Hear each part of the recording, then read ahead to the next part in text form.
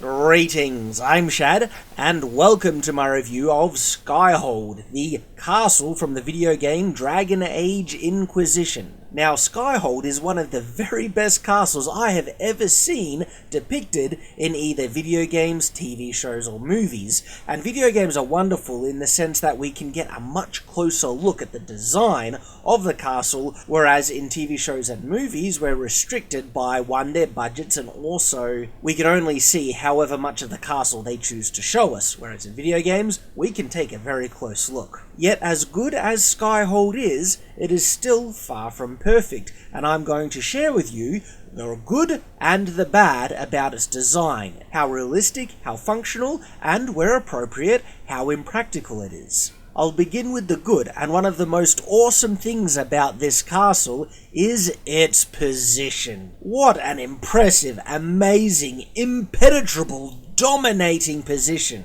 Skyhold really ticks the box of good tactical position for a castle. Because remember, if someone actually wants to take a castle by force, the most effective things that they can use against it is siege equipment. Ladders, siege towers, battering rams, ballistas, catapults, trebuchets. And the best defense that a castle can have against siege equipment is location, putting the castle in a place where siege equipment can't even come close to being used against it. Castles that tick this box properly are nearly impossible to take by force, leaving the attackers with no other choice than trying to starve them out. And interestingly, you'll probably be surprised how often castle sieges are actually conducted that way. Not trying to storm the walls or knock down the front door, no, just starving the castle out. Because castles did their jobs really well. They were made to protect the people inside and repel attackers. And so attacking a castle was never a good idea. If you could get away with just trying to starve them out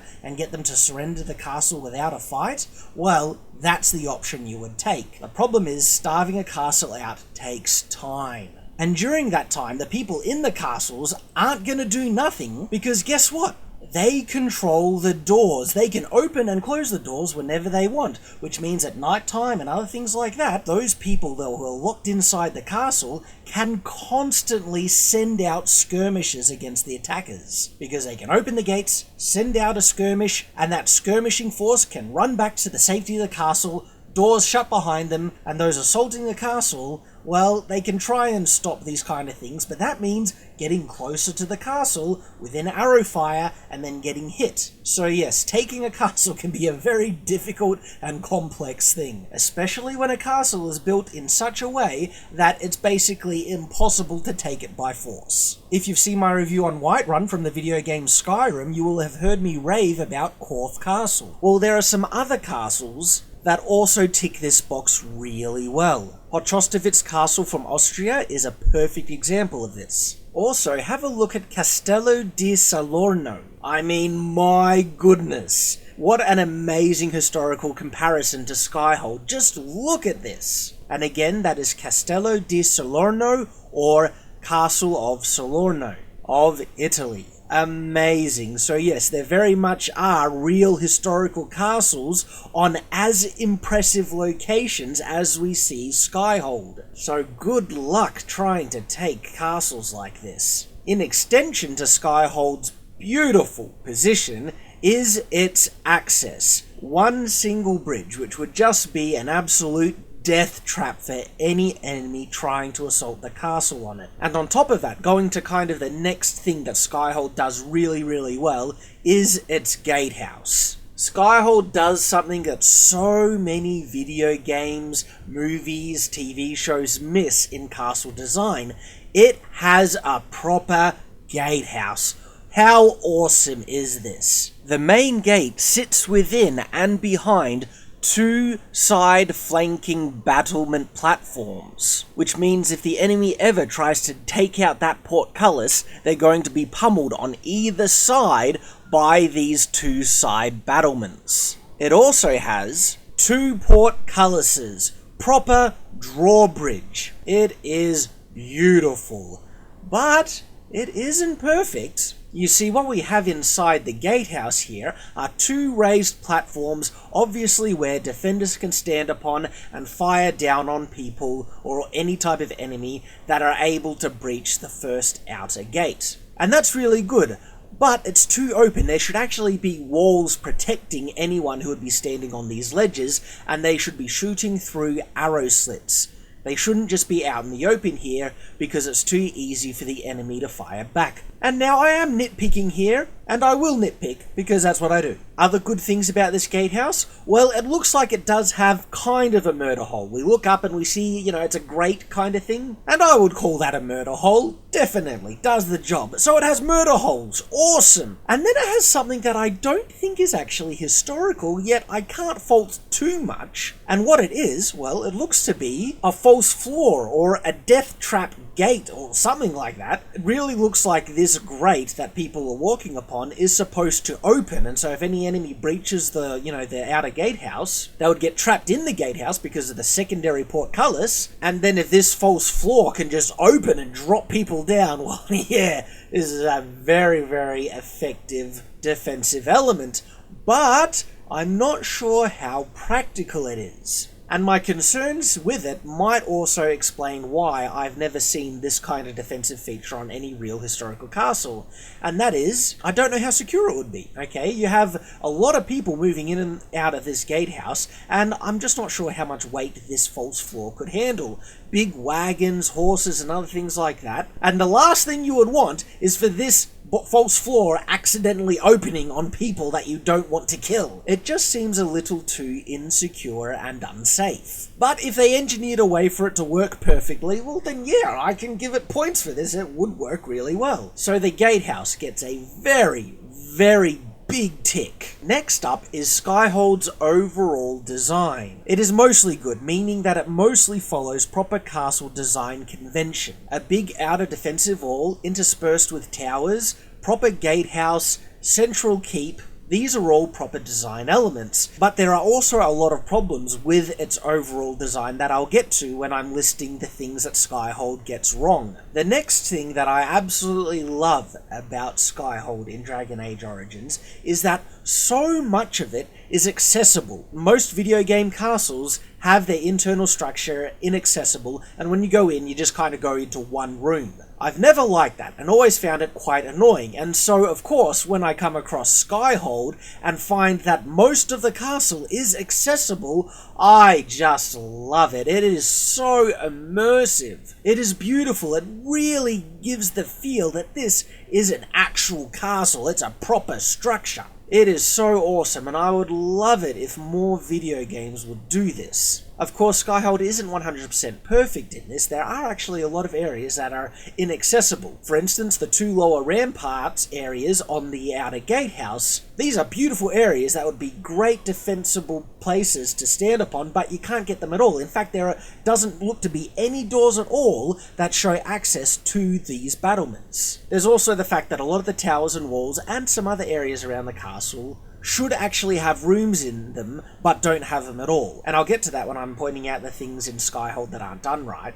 And of course there are doors that simply just don't open, you just can't get into them. And so yes, not perfect, but done so much better than so many other video game castles that I've seen. The next thing that I just love about Skyhold are the finer details in its stonework. I mean, just have a look at the main door to the keep. The detail in this stonework is just beautiful. It makes this castle seem so real, and it just adds beauty to the overall structure. I love it. The next thing that Skyhold does perfectly are, yes, the size of its crenellations are the right size. Thank goodness. You'd be surprised how often people get this wrong. A merlon, which is the main up tooth part of the crenellations, is supposed to be the size of a person. It needs to give full cover for an individual. And as we look here, yep, the right size. Beautiful. There are, of course, some odd things about these merlons. For instance, this diamond thing that are at the bottom center of each of the merlons. I'm assuming it's supposed to be an arrow slit, but this is not how you would make an arrow slit on a merlon. This is how you would make an arrow slit on a merlon.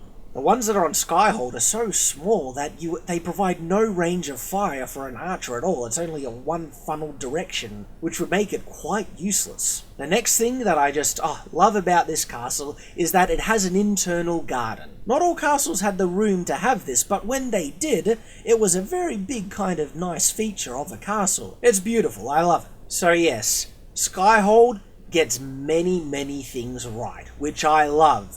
But now it is time to look at the things that it gets wrong. Because as good as Skyhold is, unfortunately, it is still far from perfect. And one of the more kind of funny to almost ridiculous inaccuracies in Skyhold is how it handles its battlements. Now remember, they got the size of the Merlons right. Beautiful. I'm happy with that. But the funny thing is that it is clear that the designers of Skyhold did not understand the purpose of having battlements extended out from the main side of a wall or a tower. You see how the crenellations, which is the Merlon and Crenelle, are extended a little bit out of the wall? This gives a very authentic castle look, but the very reason and purpose for extending these battlements aren't there at all. And what is the reason and purpose for having extended battlements that sit outside or a little bit off over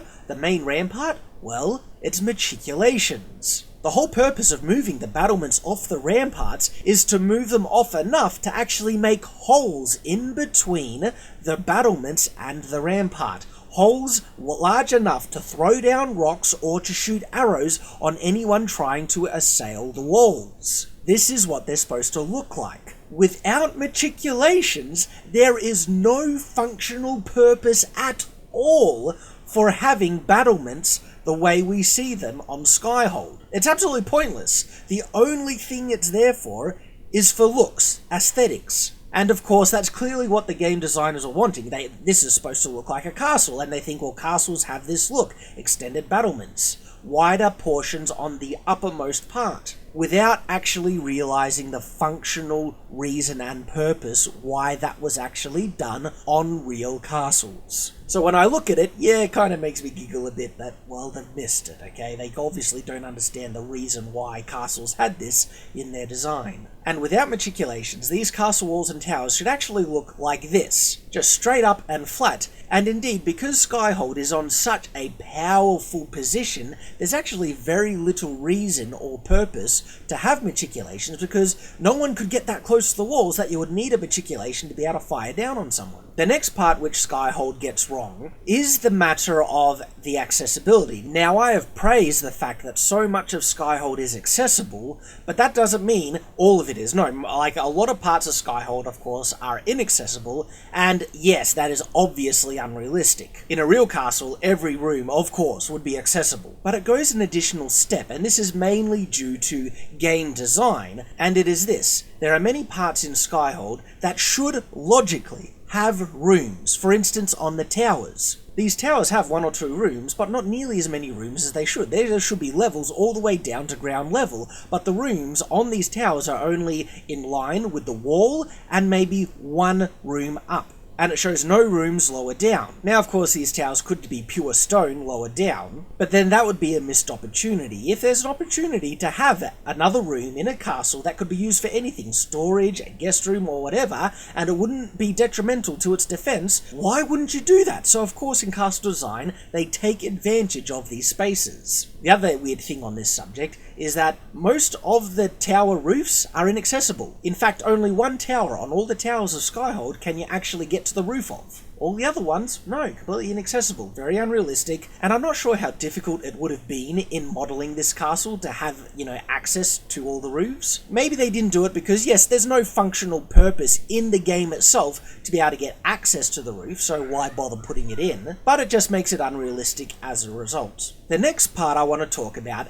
is the castle design in terms of its layout. Skyhold was clearly designed for a video game in mind. Every main part in this castle is very big, very open, and easy to get to. The game designers clearly didn't want you getting lost in this castle, which could honestly be a possibility with its size if they took advantage of all the ample space it has. And so I'm not really faulting it for this, but I am pointing it out for you so you would know what a real castle would be like. If Skyhold was a real castle, well no, its internal layout wouldn't be like this. What do I mean by this? Well, a perfect example of Skyhold's bizarre internal layout, if we were to look at it realistically, is the right wing of the castle. And this is where the castle's library is, and the upper kind of attic where Liliana hangs out. On the inside, these rooms are circular, which is very, very odd, because on the outside, only half of this building is circular, the other half are straight walls that go in line to the main Great Hall, which means there are two areas of space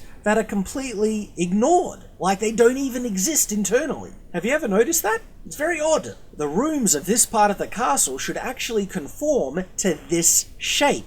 They shouldn't be circular, and even then, having them so open is a very inefficient use of space. There are some cases where you want such large rooms, like a Great Hall or something like that, but each level, because Skyhold is so big, each level here is really, really big, and then there's an internal cavity or void inside this structure that goes from floor to roof, and there are balconies on each level. Now, is that an aesthetic thing, so it's open? Well, it could be, but again, it's a very inefficient use of space. A far more effective layout for this part of the castle would be something like this. An internal hallway with rooms that hug the external wall, which means there can be windows on all the external walls providing plenty of light for each room. And then you could allocate these rooms for anything. You could have one level completely open as a library, but then you could have another level for guest rooms, dining halls, sitting lounges, storage rooms. They could be used for so many things. So yes, Skyhold's internal design is very nonsensical from a practical and realism standpoint. The left wing of the castle, where the player character's bedroom is a perfect example of it again.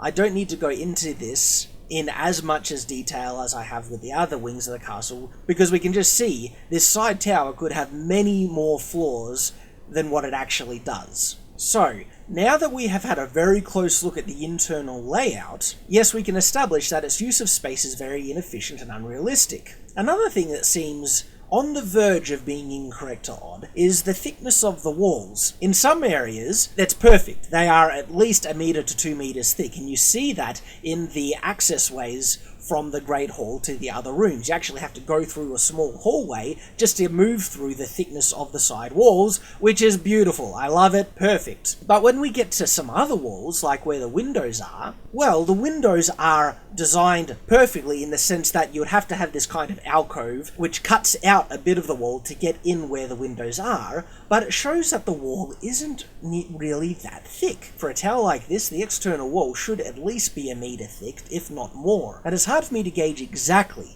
how thick this wall is here, because it could be 1 meter, I don't know, but it could even be half a meter. It's hard for me to tell exactly, but it's just something to point out and be mindful of. Now, there's actually a lot of other things that I could talk about, but that would make this video too long, so at least I'll just briefly mention them. Generally, each room, including the rooms on the towers and the rooms in the keep, are far bigger than what is practical. This is a side effect of game design, so it's easier to navigate and move your character around and you wouldn't get stuck in smaller locations, but in actual reality, hallways and rooms are far smaller than what you generally see in video games and in Skyhold.